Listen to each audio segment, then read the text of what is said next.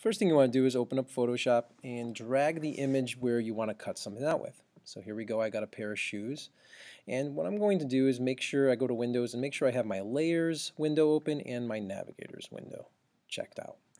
The next thing is I have to find my pen tool. So scroll about 2/3 of the way down. Pen tool is located there. Make sure you pick the pen tool, not any other type of pen tool. Make sure your path is selected, and also make sure your Auto Add Delete option is selected. Your navigator can help you zoom in, but also located at the top bottom of the toolbar is a magnifying glass, and if you hold the Alt key, it'll turn into a negative symbol, and you can go out as well as in with the Alt key. So I'm going to zoom in and find a spot that's good to start. I think the back of the shoe is good. And now I'll select my pen tool, and now I'm going to create these little anchor points, these little marks, and they attach to each other. I'm going to start, because the shoe bends a lot, I'm going to do short little marks or constellations together. It's going to help keep angles tight, and you'll notice little turns in there where it needs to move around. So I'm going to keep the anchors really close. So I'm going to go around the shoe now to cut it out. And it's going to take a couple minutes or so. Sometimes I accidentally double click on my mouse and I get a little pop-up screen. No worries there. So I'm going to take my time. There, I did it again. The important thing to know is the pen tool is the most accurate way to cut something out, especially something as specific as, say, a person or an animal. Some other things can be cut out very simply using the quick selection tool, but for these purposes, where we want something really cut out nicely that we can alter later, is the pen tool. Now, if I have a segment that goes really kind of straight, I can make my anchor points further apart. But if I have little twists and turns, I want to keep my anchor points close together. Every anchor point that is in the past becomes a white dot. In the new one you are doing, it becomes a blue one. We can also curve these lines we're making, but I'm just going to focus on a simple path with the anchors that uses straight lines. I just get closer on bends and curves like here so I can have a nice clean curve. Try to be as accurate as possible with your cutout. If you miss an area or lose an area, we'll be able to go back to it later and bring it back, and I'll show you, or even take things away if you cut it out too large. And I'll show you that once we make our selection. Moving right along. It's kind of hard to see a little bit around these shoelaces, so I'm going to do my best guess of how they bend. And again, if something's in error, I can adjust it later.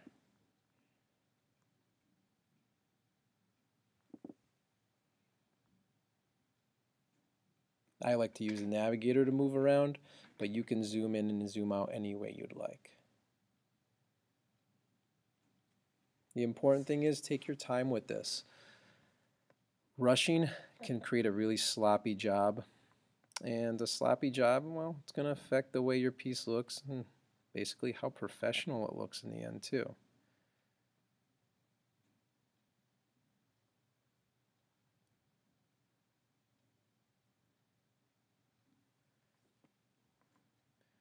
Yes, this takes a little bit longer in terms of cutting something out, but again, it's super accurate. So it's really important to know this tool.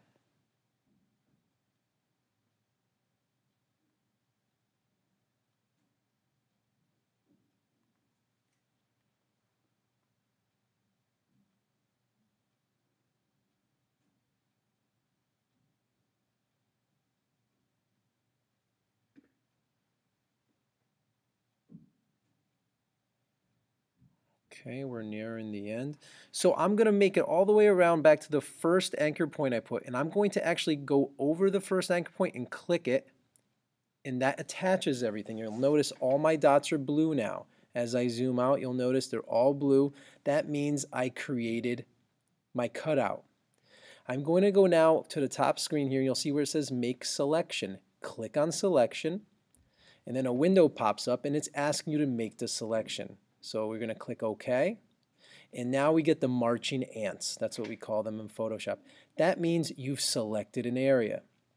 Instead of copying and pasting, what we're going to do is we're going to create a layer mask. So we'll go to the bottom of the layers palette window, and we just created a layer mask. And as you can see, my shoe has been cut out from the original picture.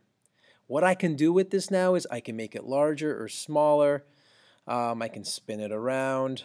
I have no background in it, so it can literally go anywhere in a scene, and it's got a transparent background. So it can go behind things, in front of things.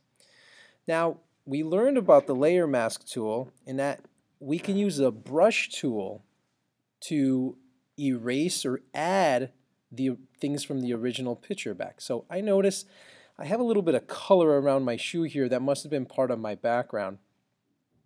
So I want to eliminate that. So I'm selecting the brush tool. I'm going to pick a much smaller brush. Keep my hardness at 0 there. And remember, black is to take away and white is to add. And I'm going to go with the brush tool now, and I'm going to clean up and get rid of some stuff I didn't want that I missed when I used my pen tool. And this brush is too big. I'm at a 6. Let me bring it back to down to even like a 3 or a 1. And I can get surgical with this sucker. There we go.